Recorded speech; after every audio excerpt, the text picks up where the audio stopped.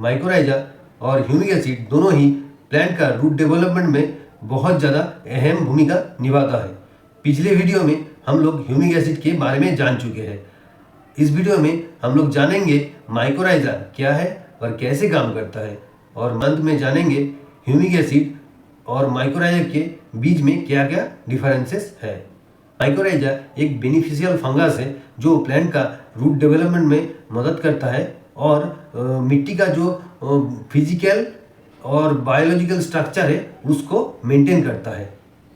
Root का development में phosphorus एक एसेंशियल माइक्रो एलिमेंट है, लेकिन फास्फोरस का लो सॉल्युबिलिटी और लो मोबिलिटी की वजह से ज़्यादातर फास्फोरस मिट्टी में ट्रैप्ड होके रह जाता है। प्लांट का जो रूट सिस्टम है वो इजीली फास्फोरस को अपटेक नहीं कर पाता है। इस स्थिति में mycorrhiza plays an important role. Mycorrhiza जो होस्ट प्लांट है उसका रूट के साथ एक सहजीवी संबंध यानी सिम्बायोटिक रिलेशनशिप बनाता है।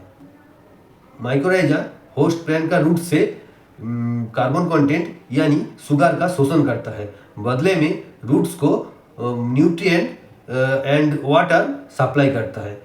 सिस्टम के साथ एक स्पेशलाइज स्ट्रक्चर बनाते हैं जो सेकेंडरी रूट सिस्टम की तरह काम करता है। अभी रूट सिस्टम बहुत ज़्यादा फैल जाता है, इस वजह से बहुत ज़्यादा न्यूट्रिएंट्स और पानी रूट्स अपटेक करने में समर्थ होता है। ये जो फंगस है, फंगस का जो बॉडी होता है ये बहुत ज़्यादा छोटे छोटे ब्रांचेस से बनता है जिसको हाइफी कहता है। माइकोराइजा बहुत सारे टाइप्स का होता है, लेकिन मेन जो दो टाइप्स है, एक है एक्टोमाइकोराइजा और दूसरा है इंडोमाइकोराइजा, और इसको कहता है वास्कुलर एराबिस्कुलर माइकोराइजा यानी भैम।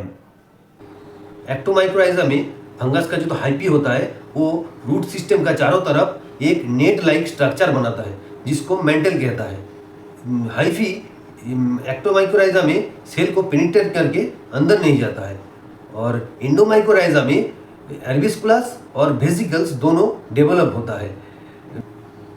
इसमें भी हाइफी का द्वारा एक घने नेट लाइक स्ट्रक्चर रूट का चारों तरफ बनाता है जो रूट का जो कॉटेक्स सेल है उसको पेनिट्रेट करके उसके अंदर में वेसिकुलर यानी थैली लाइक एक स्ट्रक्चर बनाता है जिसमें जो फॉस्फेट और अदर न्यूट्रिएंट्स स्टोर होता है। स्टोर्ड न्यूट्रिएंट्स को प्लांट बाद में अपटेक कर लेता है। अभी हम लोग जान चुके हैं माइकोराइजा क्या है और कैसे रूट सिस्टम को डेवलप करने में मदद करता है। पिछले वीडियो में ह्यूमिक एसिड के बारे में बताए थे, वो भी रूट सिस्टम को डेवलप करने में मदद करता है, लेकिन माइकोराइजा और ह्यूमिक एसिड में क्या डिफरेंसेस है। ह्यूमिक एसिड क्या करता है, जो मिट्टी में जो न्यूट्रिएंट्स है उसको पकड़ के रखता है और रूट के पास लेके जाता है जिससे रूट उसको अपटेक कर पाए। ह्यूमिक एसिड मिट्टी में बहुत दिन रह जाता है, एक बार देने के बाद वो बहुत दिन रह जाता है, लेकिन माइकोराइजा अगर जमीन जो है मिट्टी बंजर हो जाए या वहाँ पे बहुत ज़्यादा कंस्ट्रक्शन होता है तो मिट्टी में माइकोराइजा नहीं रहता है, माइकोराइजा मर जाता है।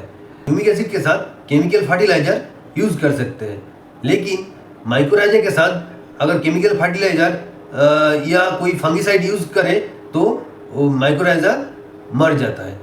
माइकोराइजा मिट्टी में स्वाभाविक रूप से रहता है, लेकिन आप कोई पॉट में प्लांट उगा रहा है या कोई ज़मीन है वो बहुत दिन से कोई प्लांटेशन नहीं हुआ है, बंजर जो ज़मीन है उसमें माइकोराइजा नहीं रहता है, आप बाहर से माइकोराइजा प्रयोग कर सकते हैं। तो 2 से 5 ग्राम प्रति लीटर पानी में मिला के आप माइकोराइजा का प्रयोग कर सकते हैं मिट्टी में। वीडियो अच्छा लगा you can like share and subscribe my channel.